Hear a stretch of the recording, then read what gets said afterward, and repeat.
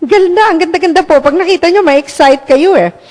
So, and ang atin naman pong roadmap for the 2013 elections, first, yung voters' education. As early as July, nagbuo na ho kami ng mga bagong materials. Sayang klase, galing ako sa bahay, hindi ako nakadala. Meron tayo ngayong bagong manual, ang tawag Pinoy Big Voter. Kasi as usual, kailangan entertaining, no? Pero ito is a serious module on See, Judge, Act process. At saka, this is referenced by the Philippine Constitution at saka ng social teachings of the Church. We put this together in partnership with Simbahang Lingkod ng Bayan. And it also comes in CD form. Sa kwan nga sa Bulacan, meron ba tika Bulacan dito? Nagkwan na sila. They already distributed this at nagumpisa na sila ng kampanya nila. The same thing with Batangas. Si Abu, humingi na sa amin ng kopya kasi sila naman ang kanilang, I think ang kanilang strategy is to go by vicariate. Yun ang manual natin. And then we have Champs Comics. Meron tayong Champs Comics ngayon para sa kabataan.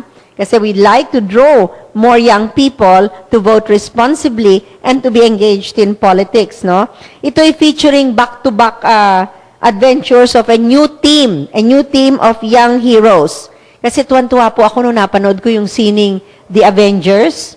Oh, sabi ko, imagine, one Avenger, bubuwagin yung isang katiwalian sa eleksyon. That's beautiful na mga young ones sila. So, in partnership naman ito with Communications Foundation for Asia, kasi expert sila gumagawa ng comics, meron po yun. Para yung mga kabataan, ang kanilang weapon na ginagamit, hindi guns or goons, kundi balota. The ballot, no? To change the electoral landscape.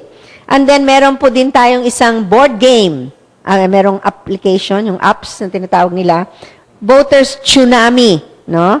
A drill which makes voting through the PCOS easy or a breeze. At there is also a new thing, no, na sinasabi namin sa mga botante, lalo na yung mga the poor and the youth, kasi they are the most exploited sector pagdating ng eleksyon.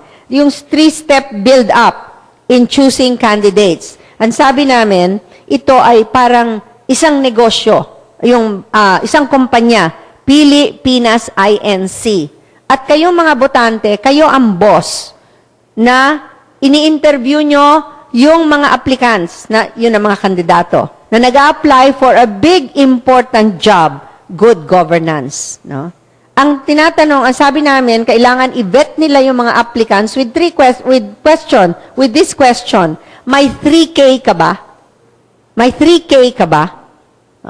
And then the 3Ks are character, ano ba yung what values, move your words, your thoughts, your actions as per your public and private track record. No? Does it show that you're a person with a mature and principled conscience? Ito bang aplikante mo, isang taong may konsyensya o walang konsyensya? But of course, it will have to take the boss who is interviewing, to research work. Kailangan kilalanin niya yung aplikante niya. And love of God and love of neighbor, especially the poor and the youth, kitang-kita ba yan sa iyong persona? So, sabihin mo sa kandidato, yung nag-apply sa'yo, prove it. No? And then yung pangalawang K, kakayahan. Does your applicant have the necessary capabilities and competence for the position that applicant is applying for? Kaya hindi naman pwede kung legislator ay isang painter siya. Or something that is very far from the position that he would like to apply for. What skills are obvious in your decision-making capacity? How good are you? And this is very important. How good are you in drawing people, in building compassionate communities? Ikaw ba yung type na divide and rule? Kaya, show me. Yung pangatlong K, katapatan. Can you be trusted in the long haul to transcend personal perpetuation? Ayan na yung mga political dynasties. Partisan loyalties. Kaya ngayon po, pakitulungan nyo kami magdasal at i-broadcast nyo rin na sana ang ating presidente sa pag-appoint ng 2 bagong commissioner will not be moved by partisan politics. Kasi ngayon pa, naghahanda na po sila sa 2016. Yung mga na-appoint na iba, we pray na matranscend nila yung kanilang party loyalties because for 1 or 2, it was very obvious that it was a party decision. Magdasal po natin kasi yung 2 nag-retire, pupunuin ng 2, tapos before the 2016 elections, in February 2, 2015, pati yung chairman retired na.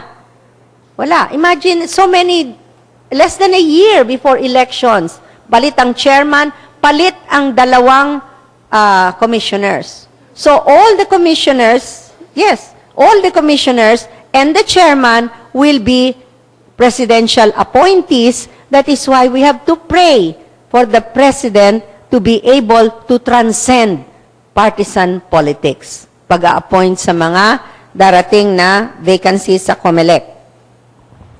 And then, yun ding, sinasabi din po namin, and I tell the trainers for voters education, emphasize this please, na pag yung kandidato may any trace of corruption or violence, scratch out mo na sa listahan mo.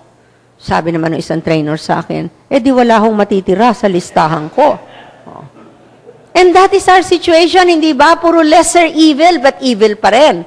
Kaya, well, for that matter, piliin na lang natin yung talagang konting-konting bahid lang. At saka din yung disposition ng tao, no? Siya ba ay yung may syndrome na the end justifies the means? O kaya quick fix-it solutions? Kaya kailangan pinapag-aralan talaga eh. We have to, para ba yung papasok tayo sa isang negosyo, di ba pag-aaralan natin maigi, lalo na kung ang kapital natin hindi marami. No. We have to do that. We have to tell our voters to please study whom you will select. And in that process, we are encouraging our voters to go through a 4-step process, no? That they will use before they write the candidates in their ballots. Yung 4-step method, manalangin, magmasid, which is pray and watch, para matuto, lalo na yung mga young ones, no? Na every activity should always begin, accompanied by, and end with prayer. Yun yung connectivity natin kay God Manalangin, magmasid, pray and watch. Manalangin, magnilay, to get them into the habit of reflecting. Even our Blessed Mother did that, no? And she pondered all of these things in her heart. Magnilay, pray and reflect. Manalangin, magpasya, pray and decide. Kasi pag tapos mong mag-observe, tapos mong pinagnilayan, pinag-aralan, then you learn to decide based on an informed and principled choice. Yung based on a good conscience, a good active conscience. Manalangin, manindigan. Pray and make a stand through your ballot, through your engagement or your participation in the elections, always seeking to make it champ. PPCRV voters identification, voters education, ganito po yung setup namin which we are trying to implement in all the dioceses, that there will be at least 1 super trainer in the 86 dioceses, 1 each, no? And then this 1 trainer will in turn train vicariate trainers, 10. Parang cell system, 10 times 10 times 10, parish coordinators, 10 again, each of this, and then basic ecclesial community, down the line. And with that, mathematics kami, we should be able to touch 29,414,760 voters before the May elections if we make use of the effectivity and the efficiency of our parish infrastructure. And this coverage does not yet include your 61 radio stations. Kaya imagine, yung reach is talagang wow. Talagang wow. If we just make it work. Just make it work. No. In his message for World Communications Day, Pope Benedict XVI speaks of the culture of social networks and the changes in the means and styles of communication pose demanding challenges to those who want to speak about truth and values. Tayo yun eh. Because we always want to speak about